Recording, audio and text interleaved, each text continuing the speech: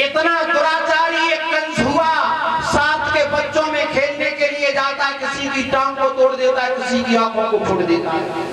एक दिन महाराज के पास में शिकायतें आने लगी। जवाब दिया, महाराज अगर ये दूसरे के घर की बात होती तो कहने में भी अच्छी लगती, अब तो ये तुम्हारा ही बच्चा हमें जीवित नहीं रहने देगा। अब महाराज उग्रसेन ने अपने पुत्र कंस को समझाने की कोशिश की। अब कंस शराब के नशा में धुत महाराज नहीं माना। आगे बढ़कर के जवाब दिया, बूढ़े बाप, अरे तुम राज को चलाना क्या जानो। उनके सिर से मुकुट को लेकर के कंस ने अपने सिर पे रख लिया। जवानों को आदेश दिया, ले जाओ, हाथों में हथकड़ियों, पैरों में बेड़ियां डलवा दो और इन्हें मथुरा की जेल में बंद करो। अब यहाँ के राजा हैं हम। जैसे ही महाराज कंस मथुरा का राजा हुआ, पुराने जितने नियम थे उतने सब बंद गए हैं। आपने देखा होगा महाराज जब राजा बदलता है तो पुराने नियमों सब बंद जाता है। जैसे पहली बार प्रधानमंत्री मोदी बने ना है तो उनने कछू ना तो रुपए ही बदले रहे, और तैसे ही कंस ने नियम बदले। कैसे?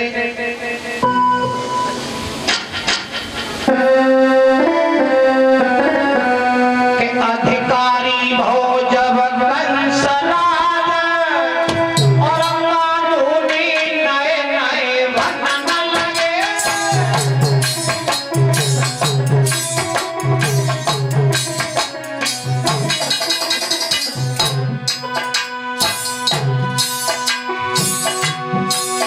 अधिकारी भो जब कंस राज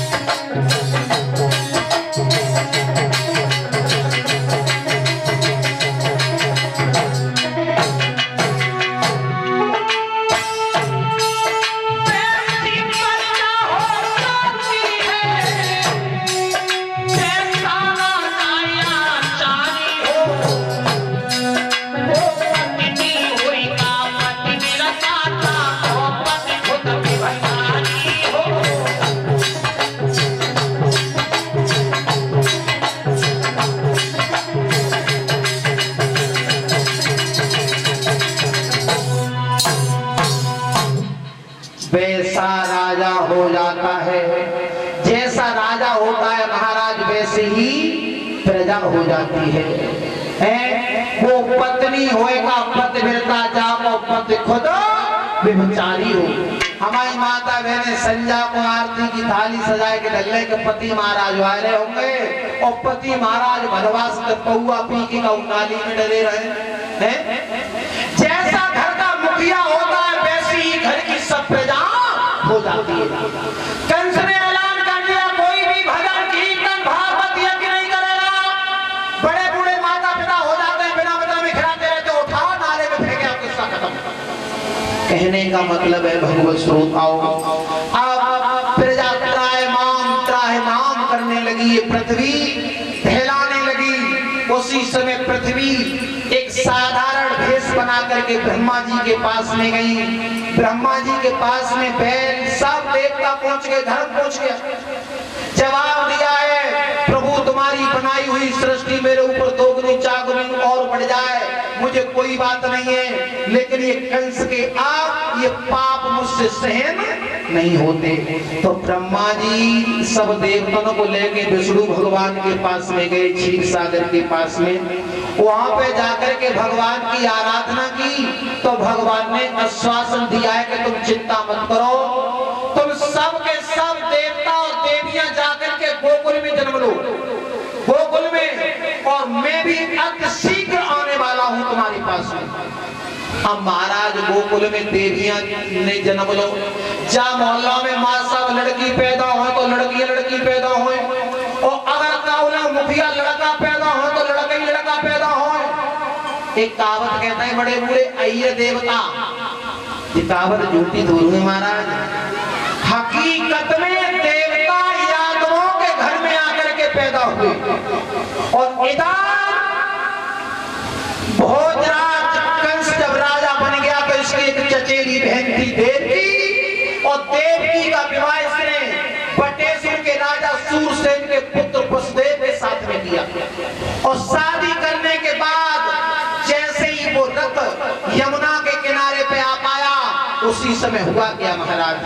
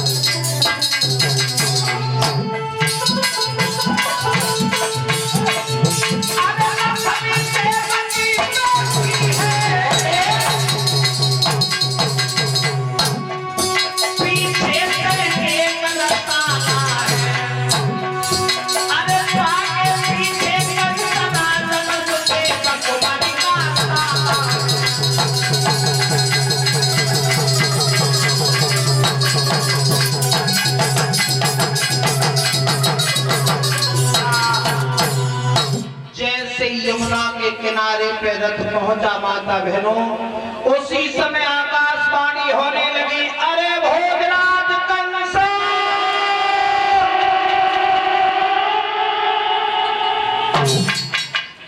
जिस बहन देवकी को इतने लाड प्यार से विदा कर रहा है, उसी का आत्मा बालक तेरा काल होगा।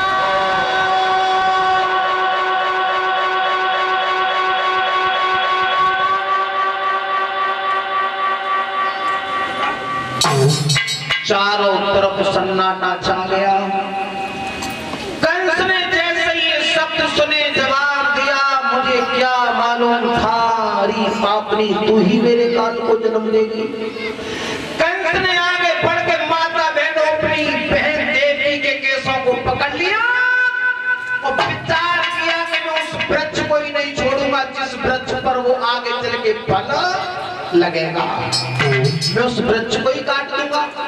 देवकी को मारना चाहता था, वसुदेव महाराज आगे बढ़े, दोनों हाथ जोड़े जवाब दिया है, कंस आकाशवाणी ने यही तो कहा है कि इसका आठवां बालक तुम्हारा काल होगा। अरे ये तो पहला बच्चा है, जब आत्मा बालक हो तब उसे तुम मार देना। अरे आत्मा बालक ही तो तुम्हारा काल है, देवकी थोड़े ही तुम्हारा काल है, देवकी को तुम छोड़ दो। कंस को दया आ गई भगवत श्रोताओं, कंस ने वसुदेव देवकी को छोड़ दिया।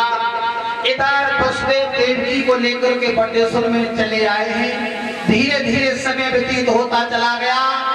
अब देवकी के गर्भ से एक बालक ने जन्म लिया।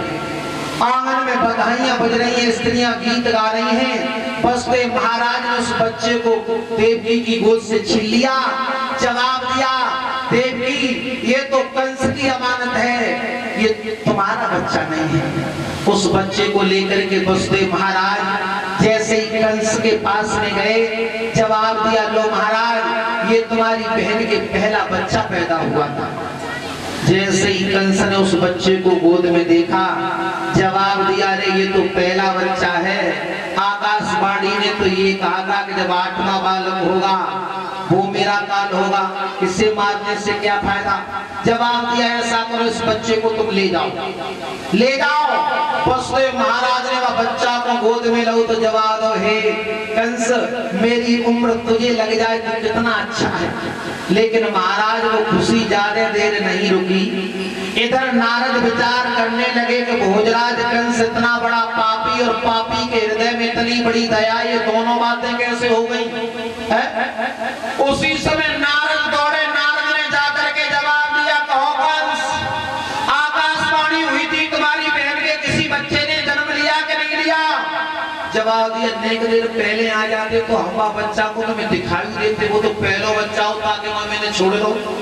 उसी समय नारद ने अपने हाथ में एक फूल लिया, माता ने जवाब दिया, ऐसा करो कंस, इस पंख की, इस पुष्प की पंखुड़ियों को गिनो, 1 2 3 4 5 6 7 8। इस पंखुड़ी को छोड़कर दूसरी पंखुड़ी से गिनती शुरू करो, 1 2 3 4 5 6 7 8। कहने का मतलब है एक पंखुड़ी को छोड़कर दूसरी पंखुड़ी से गिनती शुरू किया तो प्रत्येक पंखुड़ी पहली हो सकती है और प्रत्येक पंखुड़ी 8वीं हो सकती है। कंस समझ गया कि इसका मतलब देवी का कोई सा भी बालक 8वां हो सकता है। वसुदेव महाराज उस बच्चे को लेकर के यमुना के किनारे पे आ पाए थे और तब तक कंस ने उनकी गोद से वो बच्चे को छीन लिया और जमुना जी पे पटका और जमुना जी में बहा दिया। मेरे भगवत श्रोताओं, विचार किया कि ये दोनों का बच्चा को कोई छुपाए न दे, तो उसी समय वसुदेव और देवकी को बुला करके कौन सा काम किया?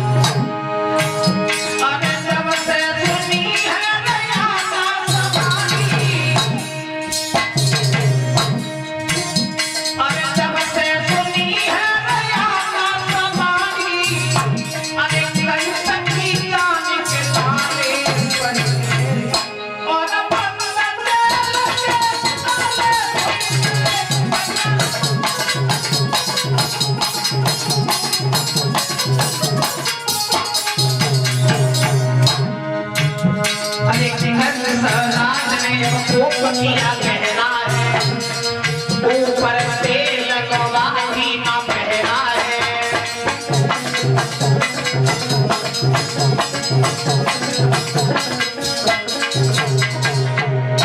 अरे इनसे कोई न मिलना पावे, अरे इनसे कोई न मिलना पावे। और भैया सब बतावे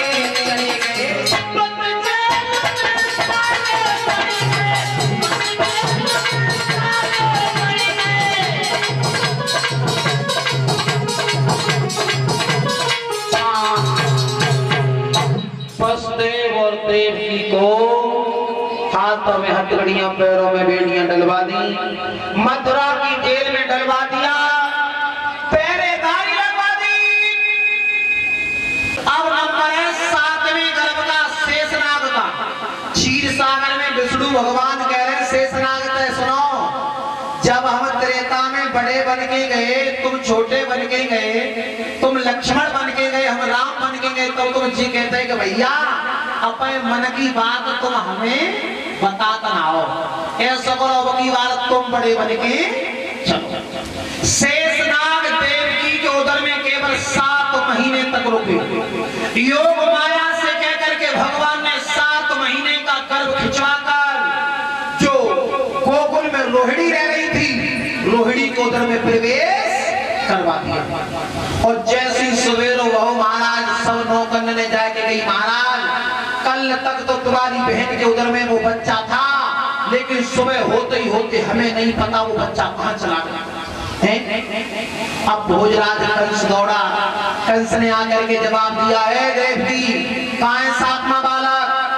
अब कहा इस बच्चे को मरवा दे, इसके बाद एक और है, बाकी बाद मेरी तेरी कोई दुश्मनी थोड़ी है, मैं तुझे छोड़ दूंगा। उसी समय देवकी कहने लगी, भैया मुझे ये मालूम पड़ता है कि 6 बालक मार दिए तूने अपने हाथों से और 7वां बालक मर गया तेरे डर से। कंस को बड़ा खुशी हुई। परीक्षित महाराज बड़े बूढ़े कहावत कहते हैं, कुआरी तो कन्या मरे और ठाड़ी ईख बिकाए। अगर कन्या मरे माता बहनों तो कुआरी मर जाए का फायदा ब्याह है के बाद में मरे दुए घर बिगड़ पर। कुआरी तो कन्या मरे ठाड़ी ईख बिकाए और बिन मारे दुश्मन मरे तो कांपे सुखो सवार। बच्चा लगवा लाओ।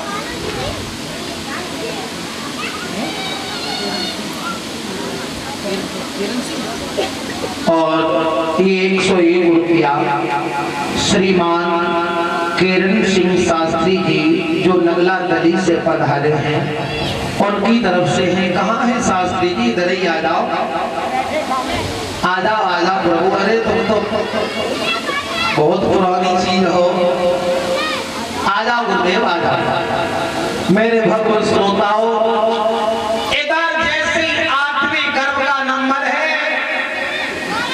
भोजराज कंस ने ऐलान कर दिया, पहरेदारों, जहां 2 लगते थे वहां 4 लग जाओ, 4 लगते थे वहां 8 लग जाओ, 8 लगते थे और वहां 16 लग जाओ। कहने का मतलब है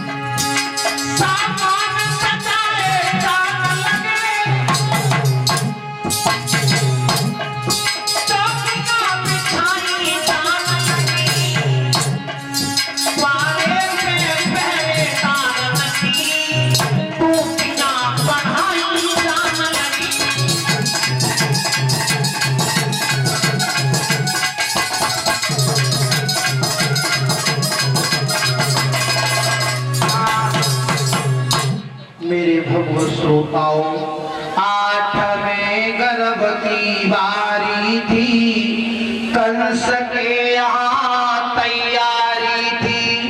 राजा था पहरेदारी में, उत जेल में बहन बिचारी थी।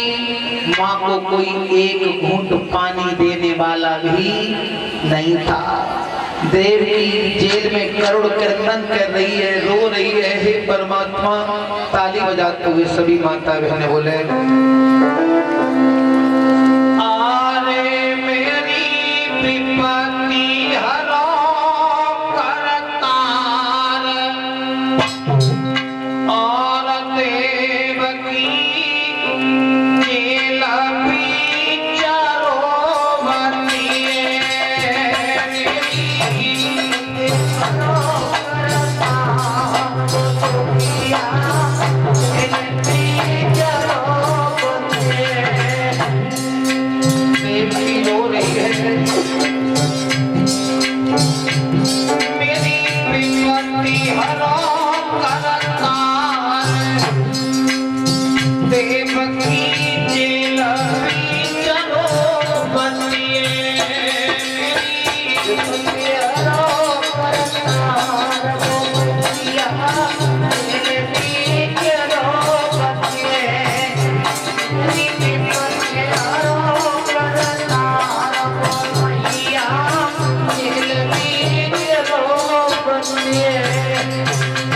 जब प्रसव का समय आता है माता बहनों, पास पड़ोस की सहेलियां सब इकट्ठी हो जाती हैं, लेकिन बतुकिया के पास में कोई एक घूंट पानी देने वाला नहीं था। एक कोने में महाराज वसुदेव पड़े हैं बंधे हुए, और एक कोने में देवकी बंधी पड़ी है महाराज। कैसे याद कर रही है पुरानी बात, क्या कर रही है? अरे बाला बन भैया संग खेती, बाला बन भैया संग खेती, बाला बन, अरे बाला बन भैया संग खेती, बाला बन भैया संग खेती, बाला आजो हाथ लाइए तलवार देवकी, चेलकी चलो बंदिए, आजो हाथ लाइए तलवार देवकी, चेलकी चलो बंदिए, अरे तेरी पति हरो करतार देवकी, चेलकी चलो बंदिए।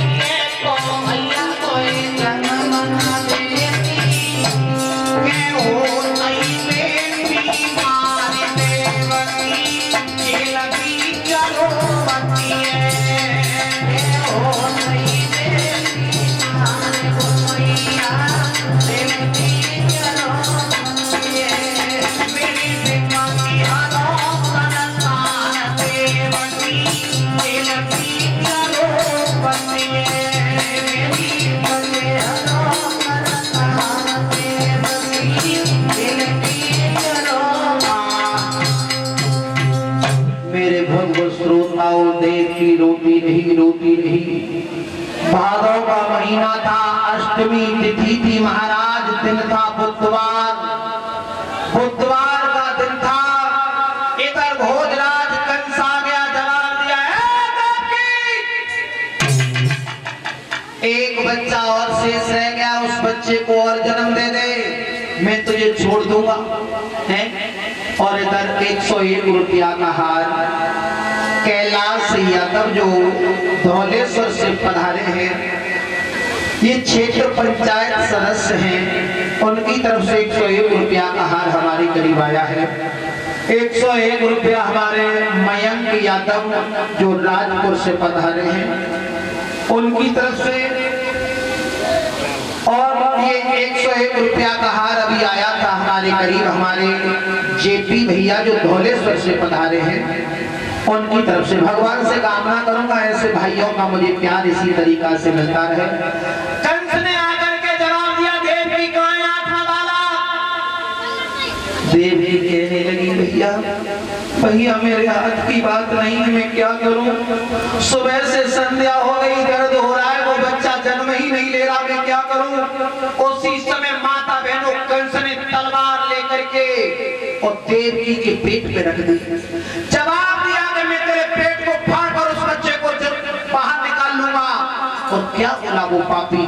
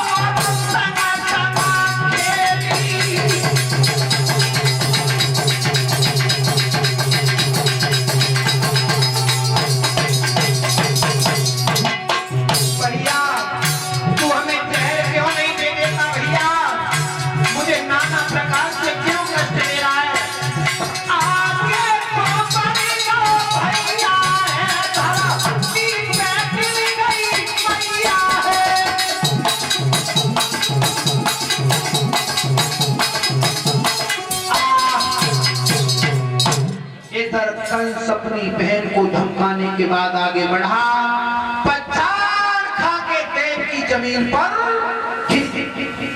जैसे ही देवी को होश आया, माता बहनों जब होश आया तो अब देखो देवी को प्यास लगी है, माता बहनों प्यास।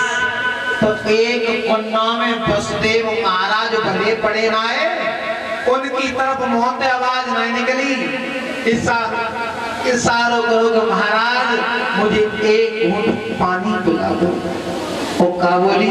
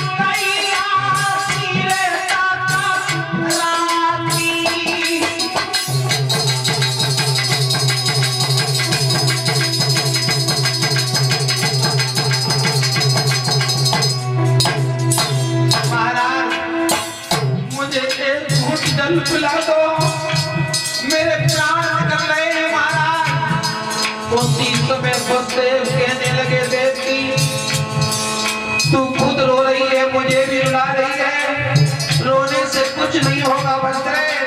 तुम्हारा भैया इतने बुरे तरीका से जंजीरों से जकड़ करके गया है, मेरा शरीर हिल तक नहीं रहा, मैं तुझे पानी कैसे पिलाऊं। और तब वसुदेव ने एक बात कही, देवकी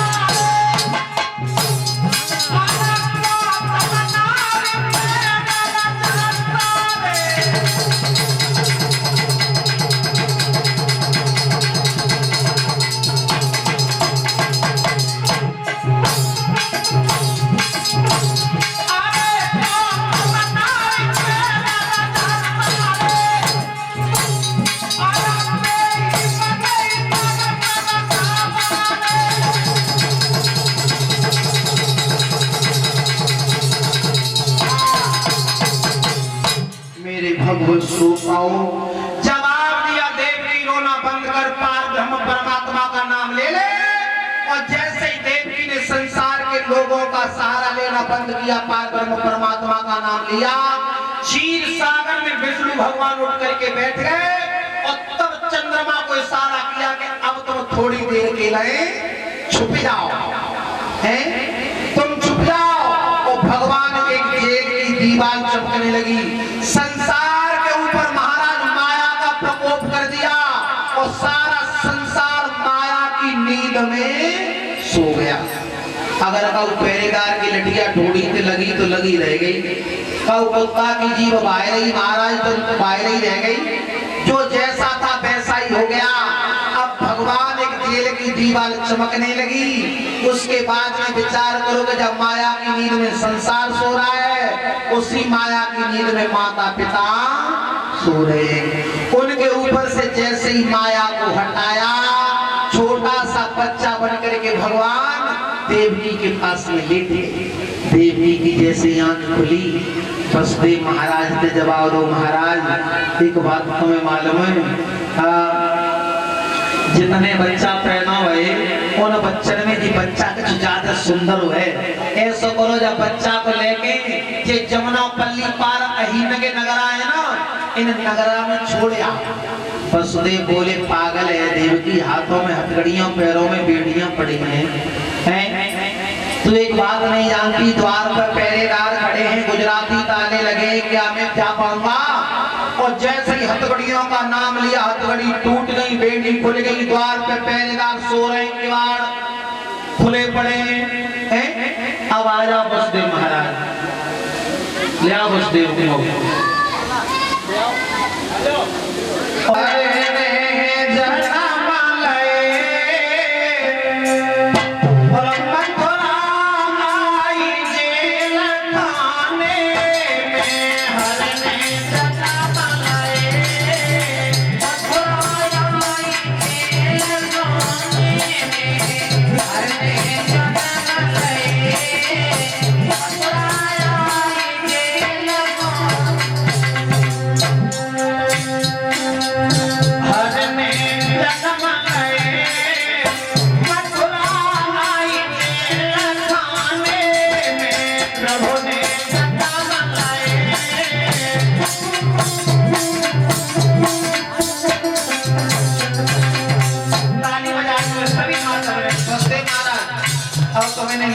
में है कि चलो, और जो भी माता बहने कृष्ण की झांकी आप लोगों के सामने है, जो भी भेंट करना चाहे वो कर सकती है। तो करो बोलते महाराज हाथ में ले लो, लंबाई तो नहीं कमी करिए, परमात्मा ने हाथ में ले लो।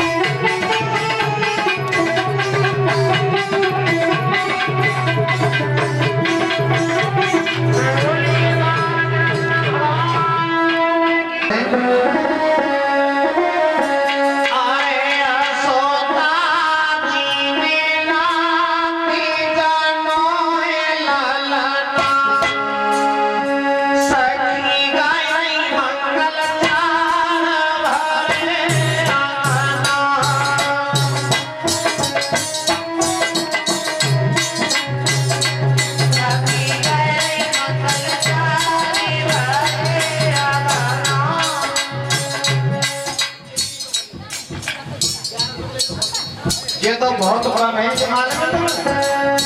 चलो 1100 ना ये नाम ये लागी ए ये सोता नीला नीला कोई ललना सखी गई हम चारा भरे अपना सोता नीला नीला कोई ललना सखी गई हम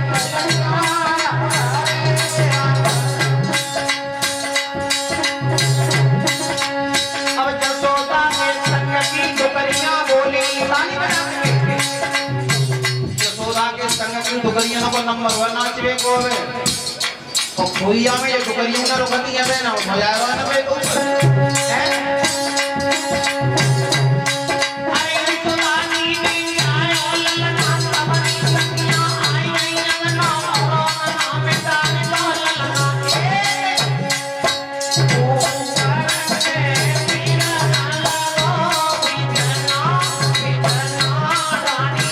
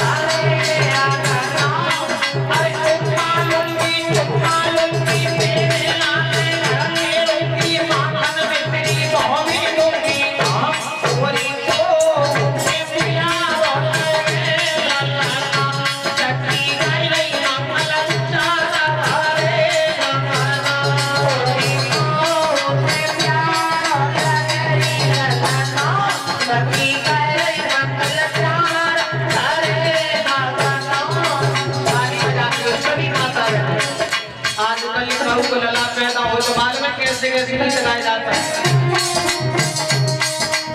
अरे मैंने जाना माता मोटी दीवाई मेरे लाल मम्मी के थोड़ा चाहिए मैंने जाना माता मोटी दीवाई मेरे लाल मम्मी के थोड़ा चाहिए बड़ी बूढ़ी तो करिए ना वो नई नई बहू जब गीत गाएगा कि चिड़ावती निशा कहती अरे मैंने जाना माता मोटी दीवाई मेरे लाल मम्मी के घोड़ा चाहिए मैंने जाना माता मोटी दीवाई मेरे लाल मम्मी के घोड़ा चाहिए मेरे मारन लाला की सासुलिया की सासुलिया की सासुलिया